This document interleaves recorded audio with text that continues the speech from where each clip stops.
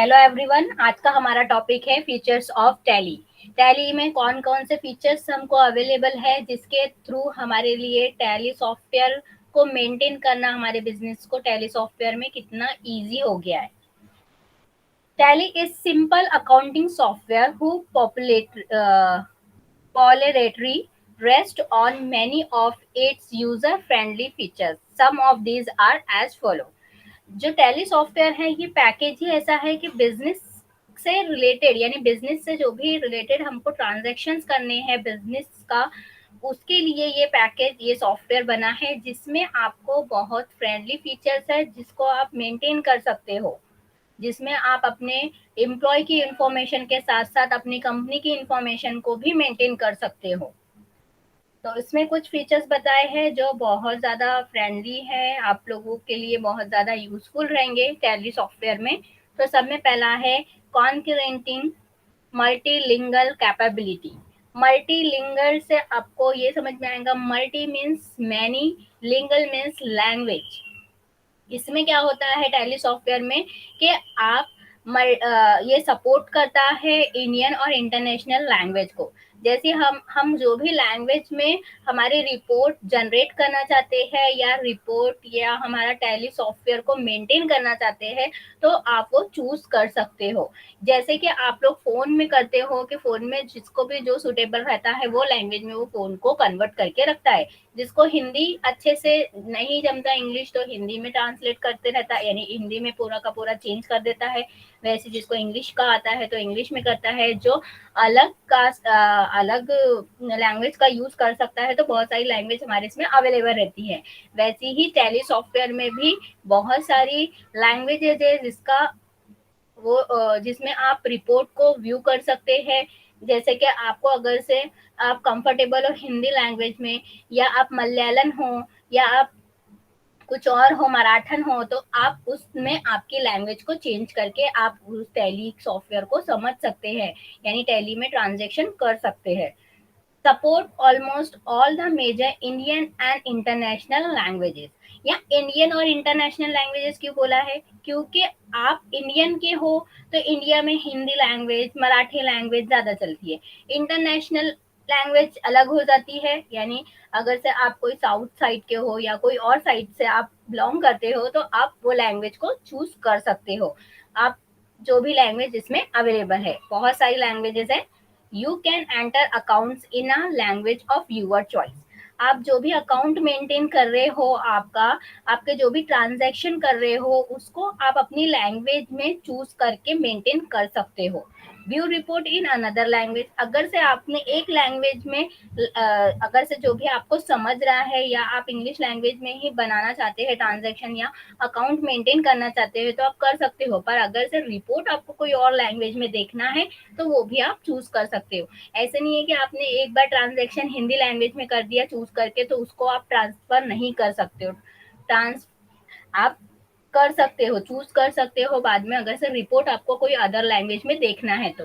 And print them in yet another language. और आप अगर से प्रिंट करना चाहते हैं, आपकी जो भी ट्रांजैक्शन है, आपका जो भी अकाउंट है, उसको प्रिंट भी लेना चाहते हैं, तो तब भी आप अपनी लैंग्वेज आपके सुटेबल के हिसाब से चेंज कर सकते हो। यानी आप अगर से मेंटेन कर रहे हो कोई और लैंग्वेज में, रिपोर्ट देख रहे हो कोई और लैंग्वेज में, प्रिंट निकाल रहे हो कोई और लैंग्वेज में, तो ये सब लैंग्वेजेस को सपोर्ट करता है जो भी टैली में बाय डिफॉल्ट लैंग्वेज है। ठीक है, जैसे कि हम इंग्लिश लैंग्वेज यूज करते हैं, मलयालम, तमिल, ये सब लैंग्वेजेस ऑलरेडी हमारे टैली में इनबिल्ड है। तो इसलिए पहला हेडिंग आपका यही दिखा है, कॉनकरेंट मल्टीलिंगुअल कैपेबिलिटी। यानी मल्टीलिंगुअल से आपको समझ में आना चाहिए कि मल्टीपल लैंग्वेजेस को सपोर्ट करता है हमारा टैली में, एक ये भी फीचर्स है। नेक्स्ट है डाटा रिलायबिलिटी। डाटा रिलायबिलिटी से आपको समझ में आ रहा है होगा कि डाटा मीन्स जो भी आप डाटा स्टोर कर रहे हैं टैली सॉफ्टवेयर में, वो बहुत ही रिलायबल है, यानी आपके लिए इजी है उसको मेंटेन करना।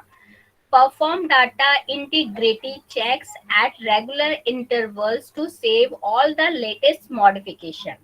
यहाँ पे क्या बोल रहा है कि आप जो भी डाटा सेव कर रहे हो, जो भी उसमें मॉडिफिकेशन कर रहे हो, जो भी आप अपडेट यानी एडिट कर रहे हो, तो वो सब चीज़ों के लिए ये बहुत रिलायबल है। यानी ये डाटा को अच्छे से मेंटेन कर सकता है। आपके डाटा जो भी सेव है उसको एक तो ये फैसिलिटी है कि आपको अलग से इसमें डाटा को सेव करना नहीं है, क्योंकि अगर से आप कोई दूसरे डॉक्यूमेंट का यूज करते हैं, जैसे आप वर्ड फाइल यूज कर रहे हो, तो हम क्या करते हैं कि उसको कोई ना कोई लोकेशन में जाके सेव करते हैं सेव एज से। पर यहाँ पे ऐसा नहीं है। जैसे ही आपने कंपनी बना ली, वो कंपनी को आप जितने बार ओपन करके जितने भी ट्रांजेक्शन कर रहे हो उसमें ही डायरेक्ट वो सेव होगा। बस आप जब कंपनी बनाते हो तब आपको ध्यान रखना है कि आपका आप फोल्डर चूज कर रहे हो। जैसे कि मैंने स्टार्टिंग में बताया था कि जब क्रिएट कंपनी वाला जो आपका स्क्रीन आता है तो सबसे पहले आता है डायरेक्टरी ऑप्शन, जिसमें आपका टैली सॉफ्टवेयर जहाँ पे भी इंस्टॉल है वहाँ पे बाय डिफॉल्ट डाटा नाम का फोल्डर रहता है।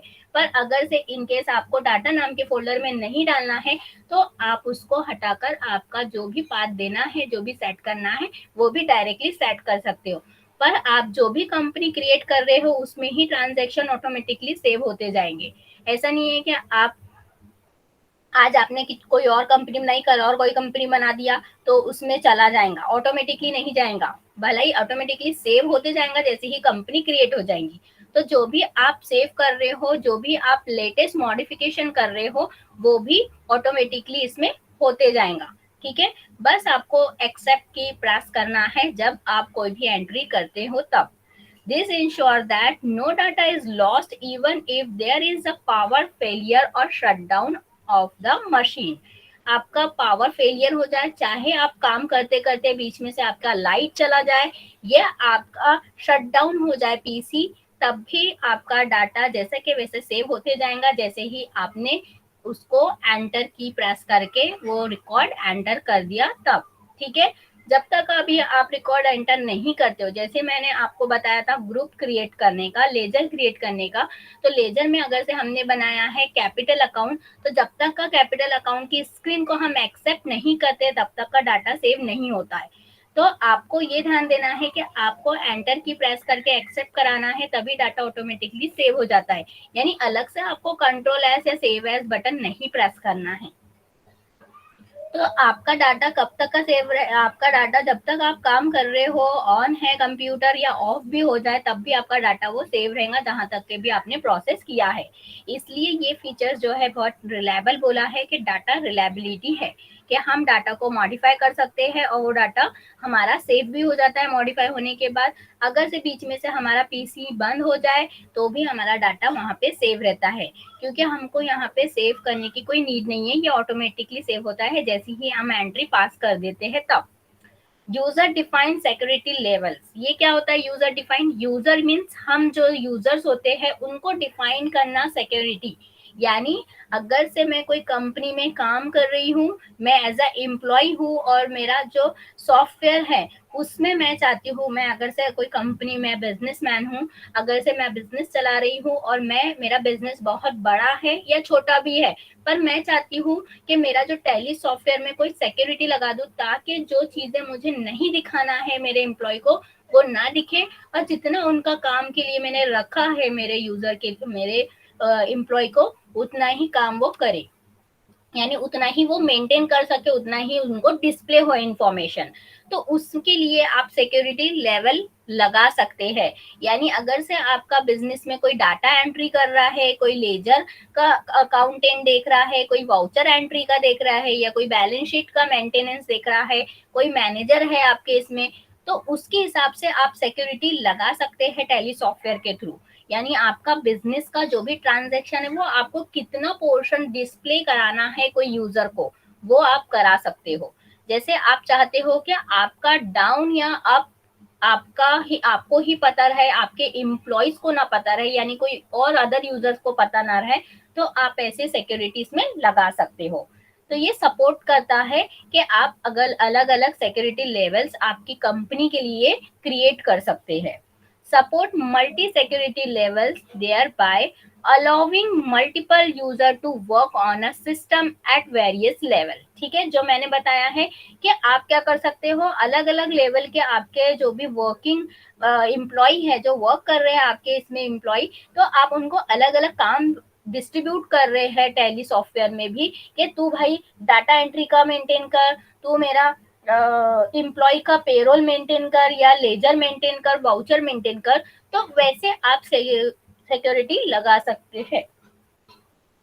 In this case, every user defines his her own level of requirement based upon which right are granted to him her to use specified feature of Tally. ठीक है, यानी आप क्या कर सकते हो कि आप ग्रांट कर सकते हो, यानी आप एक इंसान को, एक बंदे को या एक से ज्यादा आपके जो भी एम्प्लॉयज है उनको डिफाइन कर सकते हैं कि उनको कौन सा पोर्शन आपको डिस्प्ले करना है, कौन सा फीचर उनके हाथ में हैंडल करने के लिए आपको देना है।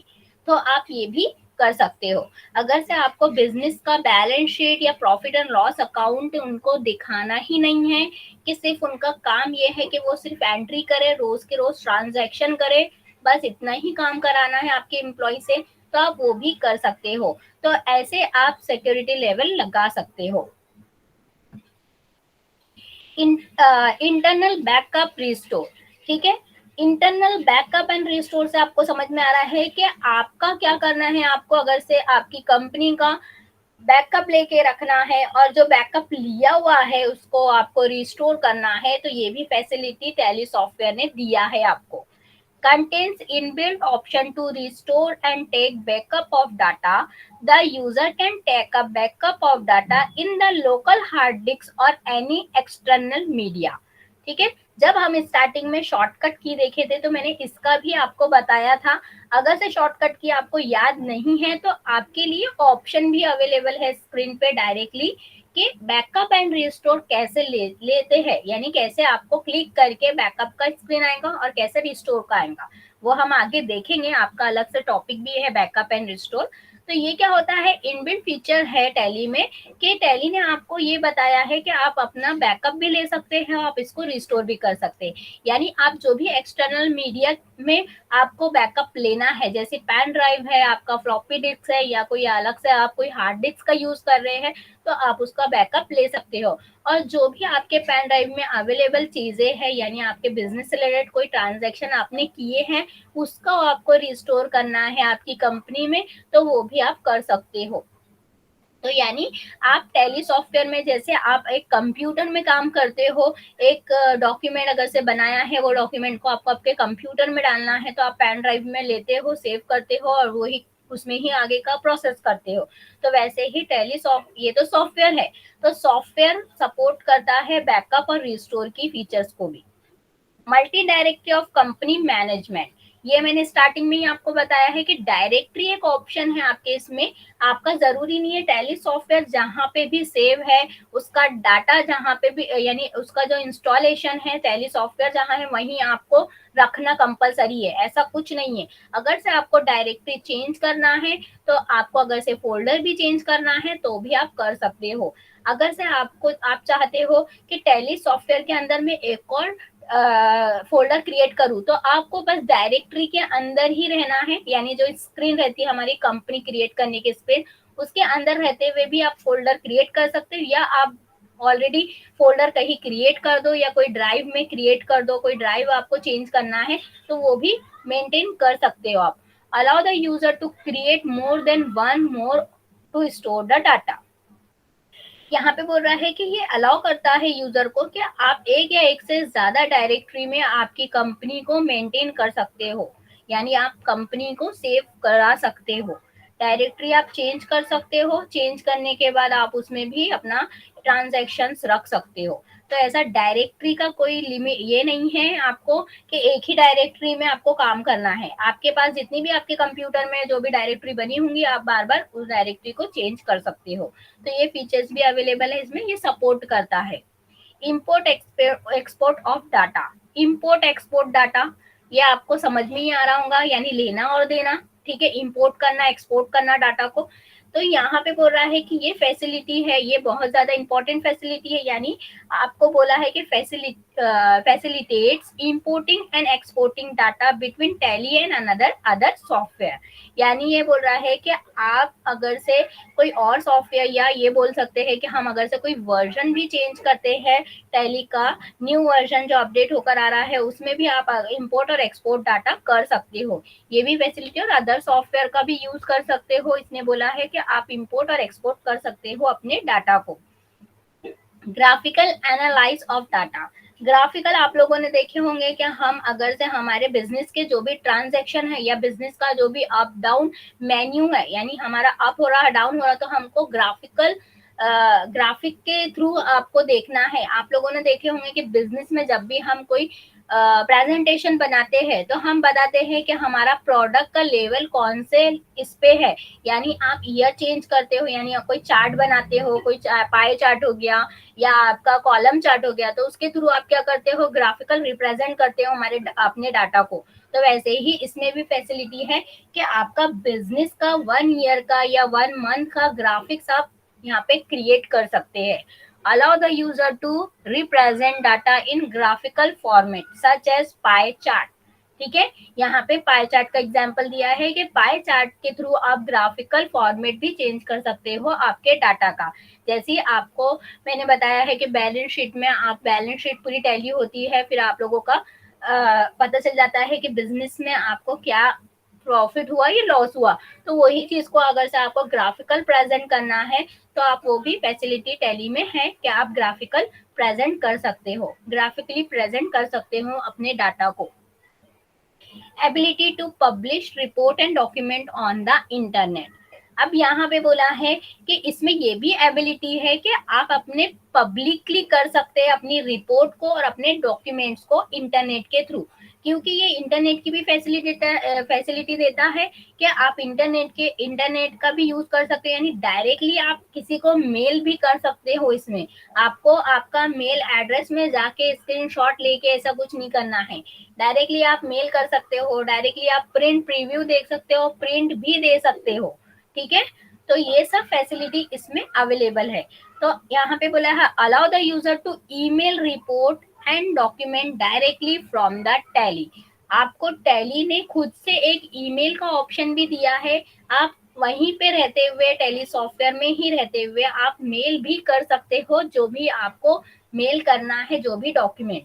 यानी आप कोई भी डॉक्यूमेंट में हो, चाहे आप लेजर में हो, वाउचर में हो, कैश बुक में हो, तो आपको वो स्क्रीन जो है, आपका जो भी डाटा है वो आपको अगर से सेंड करना है तो वो भी आप सेंड कर सकते हो। तो ईमेल के थ्रू आप वो फॉर्मेट भी चेंज कर सकते हो कि आपका जो डाटा है वो वर्ड डॉक्यूमेंट में जाए, पीडीएफ डॉक्यूमेंट में जाए, या आपको कोई इनकोडिंग करके सेंड करना है। तो ये सब चीजें अलाउ है इसमें कि आप डायरेक्टली आपके डाटा को मेल कर सकते हो। यानी आपके डॉक्यूमेंट जो भी है, आपका जो भी डाटा है, वो जिसको भी आपको मेल करना है वो डायरेक्टली आप मेल कर दो। आपको कोई आपका जीमेल अकाउंट या रेडिफ मेल ये सब ओपन करने की नीड नहीं है। प्रिंट प्रीव्यू, इसमें प्रिंट कमांड भी दे सकते हैं, यानी आपका जो प्रिंट प्रीव्यू देखना चाहते हैं आप वो भी देख सकते हो। अगर से आपका प्रिंटर से अटैच है तो आप वहां से प्रिंट कमांड भी दे सकते हैं आपका सॉफ्टवेयर में ही रहते हुए। यानी आपको कैसे रहता है कि अगर से आप दूसरी लैंग्वेज का यूज करोगी, फॉर एग्जांपल मैं अगर से ओपन सोर्स सॉफ्टवेयर का यूज कर रही हूँ, तो वहां पे हमको क्या करना पड़ता है कि अगर से हमको कोई भी स्क्रीन को मेल करना है या प्रिंट देना है तो हम क्या करते हैं, स्क्रीन का यूज करते हैं, प्रिंट स्क्रीन का, जिसको हमने फिर उसको हम एक डॉक्यूमेंट ओपन करते हैं और वहां पे जाके कॉपी पेस्ट करते हैं। ठीक है, कॉपी करते हैं स्क्रीन सेवर से और फिर उसको पेस्ट करते हैं और फिर उसको सेव करते हैं और फिर वो डॉक्यूमेंट को हम सेंड करते हैं। भाई इसमें ऐसा कुछ नहीं है। आपका जो भी लेआउट पे आप हो, जो भी स्क्रीन पे हो, उसका प्रिंट प्रीव्यू भी आप देख सकते हो और उसका ही प्रिंट डायरेक्टली ले सकते हो। Allow you to view report and their layouts prior to actual printing। ठीक है, यहाँ पे बोल रहा है जो भी आप अपने लेआउट में हो, जो भी आपको रिपोर्ट का प्रीव्यू देखना है, ठीक है, तो वो भी आप देख सकते हो यहाँ पे, यानी आप कर सकते हो। तो प्रिंट प्रीव्यू की भी फैसिलिटी है, प्रिंटर की भी फैसिलिटी है कि डायरेक्टली आप प्रिंट भी कर सकते हो अपनी रिपोर्ट को। Data synchronisation, data synchronisation means क्या करना है कि आपका एक हेड ऑफिस है और आपके बहुत सारे ब्रांचेस है, तो वहां का डाटा इधर से उधर ट्रांसफर करना, यानी आपको हेड ऑफिस में डाटा ट्रांसफर करना, उसको बोला जाता है डाटा सिंक्रोनाइजेशन। ठीक है। Help to synchronise and update data across multiple location, thereby enabling fast and easy access exchange of business information between office and branches। ठीक है। मैंने बोला है डाटा सिंक्रोनाइजेशन यानी मीन्स आपका हेड ऑफिस है और आपकी बहुत सारी ब्रांचेस है, वो ब्रांचेस का डाटा ट्रांसफर करना एक तरह से। ठीक है। जो भी अपडेट हो रहा है, जो भी डाटा आपके पास है, और मल्टीपल लोकेशन पे अलग अलग ब्रांचेस में आपका काम हो रहा है आपके बिजनेस का, और आपका एक हेड ऑफिस है, वहां पे आपको डाटा सेंड करना फास्टली एंड इजीली, यानी एक्सेस कर सकते हैं और एक्सचेंज कर सकते हैं आपकी बिजनेस की इंफॉर्मेशन को डाटा सिंक्रोनाइजेशन की हेल्प। आज का आपको ये सब मैंने बताया। अब मैं ओरली आप लोगों को हेडिंग के थ्रू बता देती हूँ कि क्या होता है। सब में पहला है आपका मल्टीलिंगुअल कैपेबिलिटी, यानी लैंग्वेजेस का आप चेंज कर सकते हो, मल्टीपल लैंग्वेज को सपोर्ट करता है टैली सॉफ्टवेयर, ये फीचर्स इसमें है। नेक्स्ट है डाटा रिलायबिलिटी, के डाटा को आपको बार बार सेव करने की जरूरत नहीं है, एक बार कंपनी क्रिएट होगी उसमें ही डाटा सेव होते जाएगा। नेक्स्ट है यूजर डिफाइंड सिक्योरिटी लेवल, आप यूजर के ऊपर आपको सिक्योरिटी देना है, किसी को जो भी पावर देना है आपकी बिजनेस को, कितना वो देख सके, कितना पोर्शन कितना मेंटेन कर सके, वो भी फीचर्स टैली में है कि आप अलग अलग सिक्योरिटी लेवल लगा सकते हैं। सब अपने एम्प्लॉय का अलग अलग आप आईडी एंड पासवर्ड देकर उसको उतनी फैसिलिटी प्रोवाइड कर सकते हैं। फिर नेक्स्ट हमारा इंटरनल बैकअप एंड रिस्टोर, आपको रिस्टोर करना है, बैकअप लेना है कंपनी का, तो वो भी फैसिलिटीज में है सॉफ्टवेयर में। Multi directory of company management, आपका कंपनी का जो भी ट्रांजैक्शन है मल्टी डायरेक्टरी में आप मेंटेन कर सकते हो, डायरेक्टरी आप चेंज कर सकते हो, जरूरी नहीं है आपका सॉफ्टवेयर जहां इंस्टॉल है वहीं पे आपको डायरेक्टरी वही डायरेक्टरी में काम करना है, आप कोई भी डायरेक्टरी में काम कर सकते हो, इसको भी ये सपोर्ट करता है। Import export of data, import और एक्सपोर्ट कर सकते हो, डाटा को एक जगह से दूसरी जगह शिफ्ट कर सकते हो, कोई प्रॉब्लम नहीं जाएगा। Graphical analyse of data, graphical analyse कर सकते हो, यानी ग्राफिकली आप प्रेजेंट कर सकते हो आपके डाटा को। Ability to publish report and document on the internet, यहाँ पे इंटरनेट की फैसिलिटी है, ईमेल की फैसिलिटी है, आपको ईमेल का ऑप्शन है जिसके थ्रू आप क्या कर सकते हो, डायरेक्टली ईमेल कर सकते हो, रिपोर्ट दे सकते हो, डॉक्यूमेंट सेंड कर सकते हो। प्रिंट प्रीव्यू, यानी आप आपकी स्क्रीन का, आपकी रिपोर्ट का प्रिंट प्रीव्यू दे सकते हो, आपका जो भी आप लेआउट पे हो उसका प्रिंट प्रीव्यू देख सकते हो, और प्रिंट कमांड भी दे सकते हो अगर से प्रिंटर आपके इससे अटैच है तो। डाटा सिंक्रोनाइजेशन यानी मीन्स होता है आपका डाटा ट्रांसफर करना एक जगह से दूसरी जगह एट अ टाइम। ठीक है। तो आपका एक हेड ऑफिस है, मैंने एग्जांपल दिया है, और बहुत सारी ब्रांचेस हैं, वो ब्रांचेस का एक हेड ऑफिस में एक डाटा आना, डाटा को एक्सेस करना, वो होता है डाटा सिंक्रोनाइजेशन। डाटा सिंक्रोनाइजेशन भी ऑनलाइन सिंक्रोनाइजेशन होता है, वन डिमांड सिंक्रोनाइजेशन होता है, आईपी सिंक्रोनाइजेशन होता है। ऐसे 3 टाइप के सिंक्रोनाइजेशन होते हैं, पर हमको इतना डीपली नहीं पढ़ना है, अभी हमको सिर्फ बेसिक पढ़ना है करके मैंने सिंक्रोनाइजेशन का शॉर्टली मीनिंग बताया है कि डाटा को ट्रांसफर करना, एक्सेस करना डाटा को इजीली एंड फास्टली।